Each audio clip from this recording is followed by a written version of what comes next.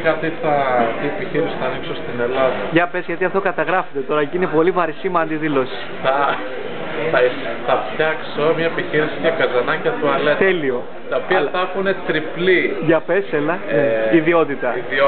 Πρώτον, θα υπάρχει ένα καζανάκι το οποίο θα ξεκινάει κάθε 5 λεπτά. Αυτόματα. Δεν έχουμε ήδη τίποτα σκατά μέσα.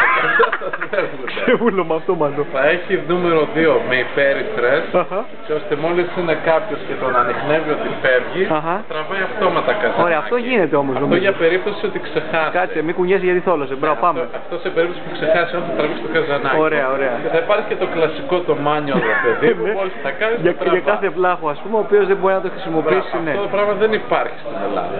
Με 3 επιλογές, έτσι. Στην Ελλάδα έχει μόνο το κουμπάκι. Μάλιστα. Ούτε υπέρυθρες έχει, ούτε χρονοδιακόπτη. Οκ. Πάρα πολύ πρακτικό. Θα πάει σε εστιατόρια, σε κλαμπ, σε θα το πατεντάρεις δηλαδή, σε σινεμά, παντού. Θα το πατεντάρεις. Θα χεστούμε στο Τάλιρο. Και μετά θα ξανάρθουμε στο Las Vegas.